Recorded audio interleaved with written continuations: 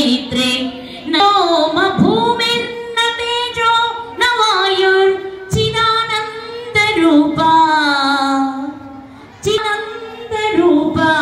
शिवोहम शिवोहम शिवोहम शिवोहम शिवोहम शिवो देदी नेनु कादु नेने एवरु शिवोहम नेने शिवुडनु అని ఈ స్తోత్రం ద్వారా మనకి ఆదిశంకరాచార్యులు వారు తెలియజేశారు. అంటే ఈ మాట మన లోపల నిరంతరం జపించబడుతూనే ఉంటుంది. శివోహం శివోహం అంటూ ఎవరు జపిస్తారు?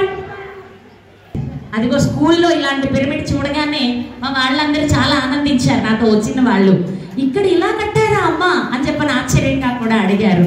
కనుక ఈ నిర్మాణం చేసిన వారి పేరు రవీంద్ర గారు. వారికి దేవదేవుని పరిపూర్ణ అనుగ్రహం, వారు మనసా వాంఛా కర్మణ నమ్మిన పత్రిజీ గారి నిరంతర ఆశీస్సులు లభిస్తూ ఉండుగాక. మనకి 3 మార్గాలు ఇచ్చారు ఆయన. 1 శాకాహార జగత్, అవునా? 2 ధ్యాన జగత్, 3 పిరమిడ్ జగత్. ఈ పిరమిడ్ ద్వారా ఆ విశ్వంలోని శక్తి అంతా ఏకంగా ఇలా జాలువారుతూ ఉండే ఈ విధానాన్ని ఆయన చెప్పారు. అంటే ఎందుకు మనం బాగా ఆలోచిస్తామనా, మాకు అది కావాలి మాకు ఇది కావాలని దోచుకోవడం లాక్కోవడం చేస్తామనా? ఇవన్నీ అతి తెలివితేటలు ఉన్నందుకు మనం గొప్పవాళ్ళమని చెప్పారా? లేదు.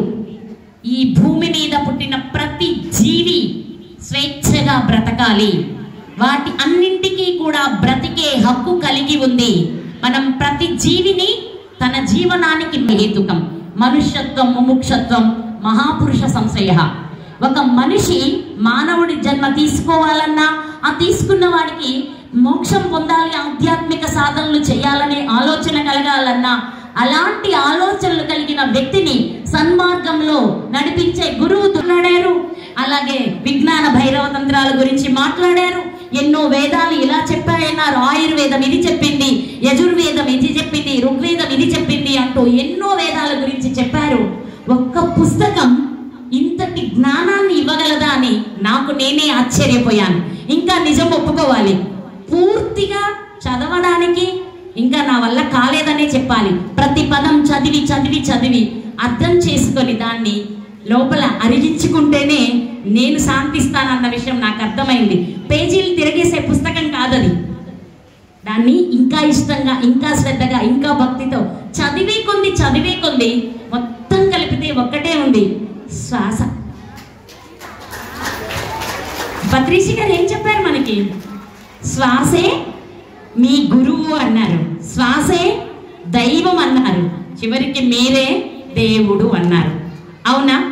మాకు ఎప్పుడు మొదలు పెట్టాం? 2000 సంవత్సరంలో మొదలుపెట్టి ఇలా ప్రయాణం చెయ్యగా ఒక 20 సంవత్సరాలప్పటికీ గురువు మాకు తెలియచేసి నువ్వే దేవుడివురా అన్నారు. ఎన్ని సంవత్సరాలు చేస్తే మాకు ఆ పదం తెలిసొచ్చింది?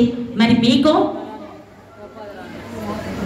ఏం లేదు, ఒక్కటే హాయిగా కుర్చీ ఉంటే చాలు మీరు దేవుడు అయిపోవడమే. అర్థమవుతుందా? ఇలాంటి గొప్పదైన గురువు దొరకడం.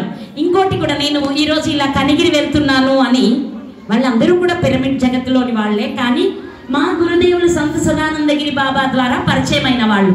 ఇలా రవిశాస్త్రి గారు ఆహ్వానించారు, నాన్న నేను కనిగిరి వెళ్తున్నాను ఈరోజు సాయంత్రం అంటే, అవునా అమ్మా? అక్కడ తను కూడా రవీంద్ర గారి గురించి కూడా చెప్పి, వారు కూడా బాగా గురువు గారితో ఇలా ఉండేవారని చెప్తూ రవిశాస్త్రి గారి గురించి ఒక మాట అనేవారట గురువు గారు, మీరు ఆత్మజ్ఞానం కావాలి అంటే నా దగ్గరికి రండి, ఆనందమైన అద్భుత ఆర్థిక అభివృద్ధి లాంటి జీవితాలు కావాలంటే రవిశాస్త్రి గారి దగ్గరికి వెళ్ళండి అనేవారట. అదేంటి నాన్న అంటే, వారు చాలా పెద్దవారు, అందుకే నేను వారిని నాన్న అంటాను. అదేంటి నాన్న అంటే, జ్యోతిష్యం చెప్పడంలో రవిశాస్త్రి గారిని మించి ఇంకెవరు ఉండరు, అంతటి జ్ఞాని తను అని అందరిలో చెప్పేవారు పత్రిజీ గారు అని చెప్పేవారు. 1999 డిసెంబర్లో పొందాను. ఆయన ఎంతటి జ్ఞానం, జ్యోతిష్య శాస్త్రంలో వారి ఎంతటి అద్భుతమైన జ్ఞానం కలిగిన వారో నాకు ముందుగానే తెలుసు. కనుక మాస్టర్ గారి ద్వారా ఈయన జ్యోతిష్యం నేర్చుకున్నారు. కాబట్టి పత్రిజీ గారు చెప్పింది 100కి 1000% నిజమని నేను ఒప్పుకున్నాను అన్నమాట. కాబట్టి ఒక మంచి బోధించే వాళ్ళు ఉండడం మన అదృష్టం. మీరందరూ నిత్యం ధ్యానం చేయండి, పరిపూర్ణ శాకాహారులై జీవించండి. అమ్మ ఈ మాట మాత్రం అరగదు అనకండి, దయచేసి అరగాలి తప్పనిసరిగా. మన అందరం శాకాహారులమే అవ్వాలి. మూడో విషయం, నిత్యం సేవ చెయ్యండి. మీ శ్వాసే మీ గురువు అన్నారు కదా, ఏం బోధించింది? మీ శ్వాస మీకు, మా గురువు నాకు ఇన్ని ఇచ్చారు అని చెప్పాను. శ్వాస మీకు గురువై మీకేం అందించింది? మీరేం నేర్చుకున్నారు మీ శ్వాస నుంచి? ఏం నేర్చుకున్నారు? శ్వాస మీ గురువు అయినప్పుడు మీ గురువు మీకేం నేర్పించారు? నేను చెప్పే వరకు మీరు కళ్ళు కూడా తెరవద్దు. Inhale, inhale, inhale, inhale, inhale. Is it possible to you? No.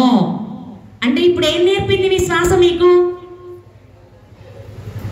వదలకపోతే తీసుకోవడం అసాధ్యం. అర్థమైందా? శ్వాస గురువుగా మనకేం బోధించారో, మనం ఒకటి వదలకపోతే ఒకటి పొందలేం. కాబట్టి పరిపూర్ణత్వం కావాలి అంటే కొన్ని వదలండి, పరిపూర్ణత్వాన్ని సిద్ధింపజేసుకోండి. జై శ్రీరామ్.